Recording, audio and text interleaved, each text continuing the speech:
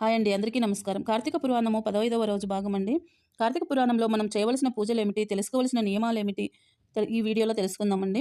కాస్త లైక్ చేయండి ప్లీజ్. వీలైతే సబ్స్క్రైబ్ చేసుకోండి. మాలాంటి వాళ్ళని ఎంకరేజ్ చేయండి ప్లీజ్.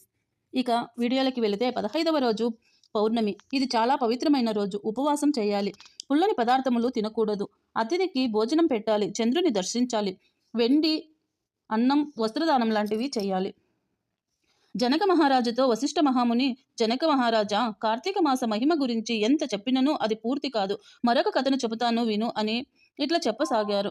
ఈ మాసములో హరినామ సంకీర్తనలు చేయుట, వినుట, శివకేశవుల ఆలయములలో దీపారాధన చేయుట, కార్తీక పురాణము చదువుట లేక వినుట చేయాలి.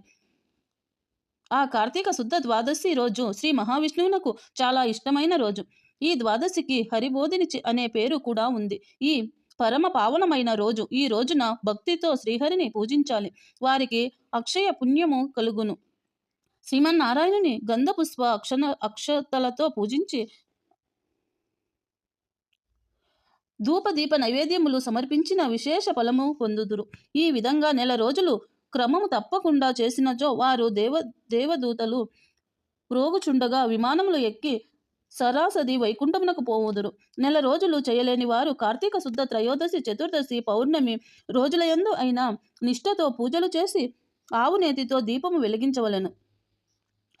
ఈ మహాకార్తీకంలో ఇతరులను ఉంచిన దీపము ఆరిపోకుండా చూచిన వారికి కూడా సమప్త పాపములు వసించును. దాని గురించి ఒక కథ చెబుతాను వినమని వశిష్ఠుల వారు ఇట్లు చెప్పసాగారు.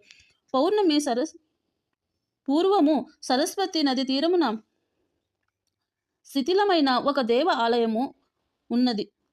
కర్మవిష్ఠుడనే ఒక యోగి పుంగవుడు ఆ దేవాలయము వద్దకు వచ్చి కార్తీక మాసము అంతయు అచటనే ఉండవలనని తలచి ఆ పాడుబడి ఉన్న దేవాలయమునకు శుభ్రముగా ఊడ్చి నీళ్లతో కడిగి పసుపు కుంకుమలతో అలంకరించి పక్క గ్రామమునకు వెళ్ళి ప్రమిదలు తెచ్చి దూదితో ఒత్తులు వేసి 12 దీపములు వెలిగించి స్వామిని పూజిస్తూ ఎంతో నిష్ఠతో పురాణాలు పఠనం చేయించున్నాడు. ఈ విధంగా కార్తీక మాసము అంతయు చేయాలని సంకల్పించారు. ఒక రోజున ఒక ఎలుక ఆ దేవాలయంలో ప్రవేశించి నలుమూలలో వెతికి తినడానికి ఏమీ దొరకనందున అక్కడ ఆరిపోయి ఉన్న వత్తిని తినవలనని తలచి ఆ వత్తిని నోట కరుచుకొని పక్కనున్న దీపం వద్ద ఆగినది. నోట కరిచి ఉన్న వత్తి చివరకు అగ్ని అంటుకొని ఆరిపోయిన వత్తి కూడా వెలుతురు వచ్చినది. అది కార్తీక మాసము అగుట వలన శివాలయములో ఆరిపోయిన వత్తి వెలుగుటయే ఎలుక చేసిన దాని పాపములు అన్నీ హరించిపోయి పుణ్యము ప్రాప్తించినది. వెంటనే అది చూసిన రూపంలోకి మారిపోయింది.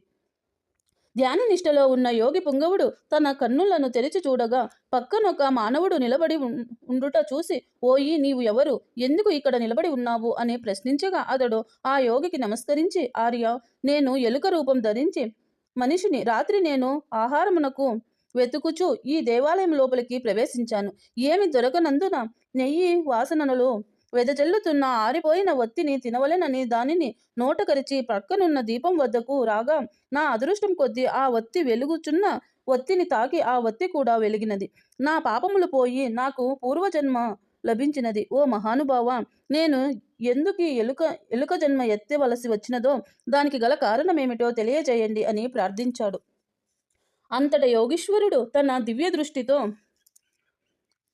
దృష్టితో చూసి, ఓయి, నీవు పూర్వజన్మంలో బ్రహ్మిల్క దేశంలో జామీన్ గ్రోత్రంలో జన్మించిన ఒక బ్రాహ్మణుడవు. నీవు అందరూ బ్రాహ్మికుడు అని పిలిచేవాడు. నీ కుటుంబాన్ని పోషించుట, వ్యవసాయము చేస్తూ దానశాపరుడవై దేవ పూజలు నిత్య కర్మలు మరిచి శ్రద్ధ భోజనముతో పాటు కాకులకు, పిశాచులకు పెట్టి బలిపిండాలు కూడా తీసుకు వేదశాస్త్ర పండితులను తిడుతూ కాలం గడిపేవాడివి. ఆడపిల్లలను అమైమృతి చెయ్యుచు దానివల్ల సంపాదించిన దానాన్ని కూడబెట్టుచు అన్ని తినుబండారములు మరియు పాలు, పెరుగు, మజ్జిగ మొదలగునవి చాలా చౌకగా కొని అత్యాశతో తిరిగి వాటిని ఎక్కువ ధరకు అమ్మి అట్లు సంపాదించిన ధనము నీవు అనుభవించక ఇతరులకు దానం చేయక ఆ దానము భూర్తఫితం చేసి పిసినారివై జీవించినావు. నీ భార్యను సుప్రజ సుప్రజాతి వారి ఇంట పనులు చేయించి పాపము మూటగట్టుకున్నావు.